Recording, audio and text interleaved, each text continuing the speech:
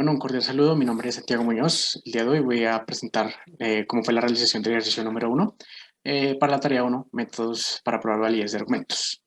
Siguiendo con la rúbrica de evaluación, presento lo que vendría a ser mi identidad, en este caso la cédula de ciudadanía. Para el ejercicio número uno, los puntos que tengo que realizar son los de la letra D, los cuales presento lo siguiente. Las siguientes tres proposiciones. P, la ingeniería industrial tiene aplicaciones en la ciencia. Q, la ingeniería industrial tiene variedad de campos de acción y R, la ingeniería industrial solo se ocupa de la optimización del uso de recursos humanos. A su vez encontramos la siguiente expresión. Como tal, la idea del ejercicio es buscar que el estudiante sea capaz de pasar dicha expresión al lenguaje natural y crear una tabla de verdad con su respectivo tipo de tabla de verdad de la misma expresión. Entonces, para la realización de esto, lo primero que voy a explicar es cómo fue el paso a paso para el lenguaje natural.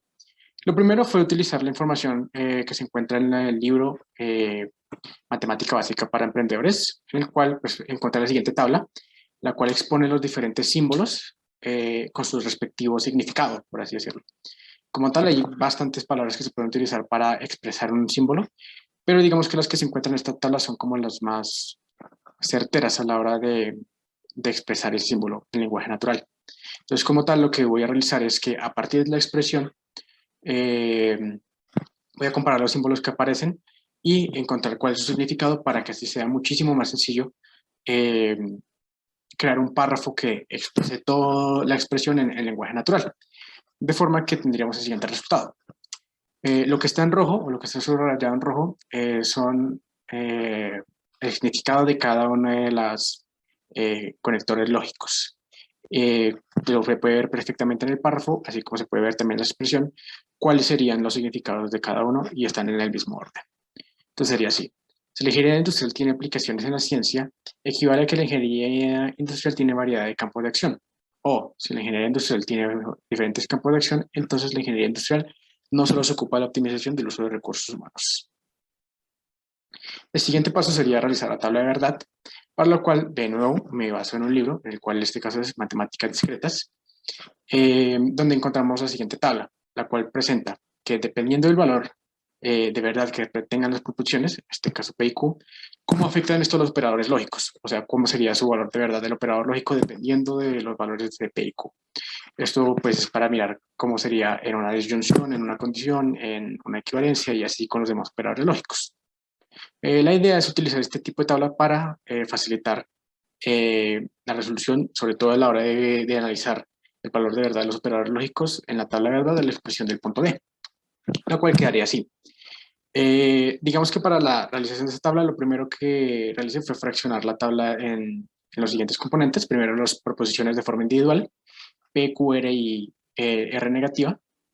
Después, fraccionar, digamos, lo que vendría a ser la expresión completa en operadores lógicos. En este caso serían dos, que sería P equivale a Q y Q condiciona a R. Y finalmente lo que vendría a ser la expresión completa. La idea de fraccionarlo así es la siguiente. Cuando se fracciona las proposiciones de manera individual es para que quede muchísimo más sencillo encontrar el valor de verdad de los operadores lógicos. Esto debido a que pues, se analiza prácticamente qué pasaría si P es verdadero o Q es falso y cómo afectaría esto al operador lógico de, por ejemplo, P equivale a Q. Y así sería mucho más sencillo encontrar lo que vendría a ser el valor de, de verdaderas proposiciones de las conectores lógicos. Como tal, a la hora de encontrar, digamos, lo que vendría a ser la expresión completa, aquí ya no tenemos que basarnos tanto, digamos, en los proposiciones de forma individual, sino esta vez en los operadores lógicos. Es decir, nos tenemos que basar en los dos que hay aquí en la tabla, que sería P equivale a Q y Q condiciona a R. Hay que verlos como si fueran dos proposiciones individuales. Es decir, que P equivale a Q sería, por ejemplo, un solo valor o una sola variable, en este caso, por ejemplo, Q. Y Q equivale a R sería otra variable completamente diferente. Hay que analizarlas como dos variables diferentes. De esta forma, solamente hay que buscar en la tabla de verdad cuál sería el valor de los operadores lógicos y cómo afectaría a la expresión completa. Y aquí tendríamos los valores de verdad. Entonces, para verificar si efectivamente quedó bien realizada la tabla de verdad, se utilizó el simulador lógico de la UNAT, donde nos otorga los diferentes valores dependiendo de la expresión. Y como podemos ver, pues efectivamente es la misma. Algo importante es cómo sabemos cuántas opciones o cuántas posibilidades existen a la hora de crear una tabla. Y en este caso se utiliza la siguiente ecuación o expresión, que sería 2n. En este caso, pues la n sería un exponente y representaría la cantidad de proposiciones que hay dentro del ejercicio. En este caso son 3, que sería p, q y r, y la sería 2 a la 3, lo cual daría 8. Lo cual, como podemos ver en la tabla, tanto de la UNAD como la que yo realicé, hay 8 posibilidades o diferentes, 8 valores dentro de la tabla. Y finalmente, para escoger el tipo de tabla, tenemos que tener en cuenta que hay 3 tipos.